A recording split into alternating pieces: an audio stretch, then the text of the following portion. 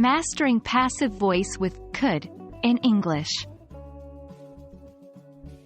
Hello, English language learners. Welcome back to another episode of our journey into mastering English grammar. Today, we're going to tackle an interesting topic, the passive voice with could. As you know, using modal verbs in the passive voice can be a bit tricky, but don't worry, we're going to break it down for you. The first step to mastering the passive voice with could is understanding the modal verb could itself. Could is a modal auxiliary verb that we use to express various things, like 1. Past ability. For example, when I was a kid, I could climb trees easily. 2.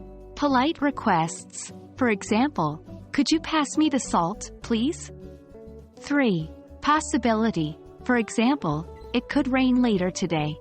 Note that could is the past tense of can, but it's not always used for past events. Now that we understand could, let's see how it works in the passive voice. Remember, we use the passive voice when we want to emphasize the action rather than the doer.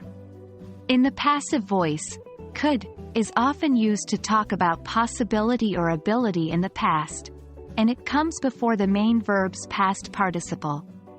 Let's look at a couple of examples. 1. The keys could be found in the drawer. Possibility. 2. The game could have been won if they had scored that goal. Past ability. The general structure for sentences in passive voice with could is could plus be plus past participle of the main verb.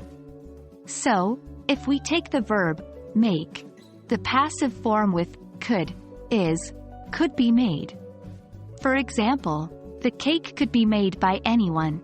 Note the past participle of make is made. We can also use this structure with a negative form by adding not after could, as in could not be made.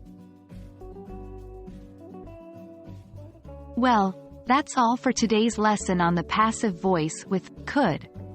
Now you know how to use could in the passive voice to talk about possibilities and past abilities. Remember to practice, it's the key to mastering any language. See you in our next lesson. Keep learning and keep growing.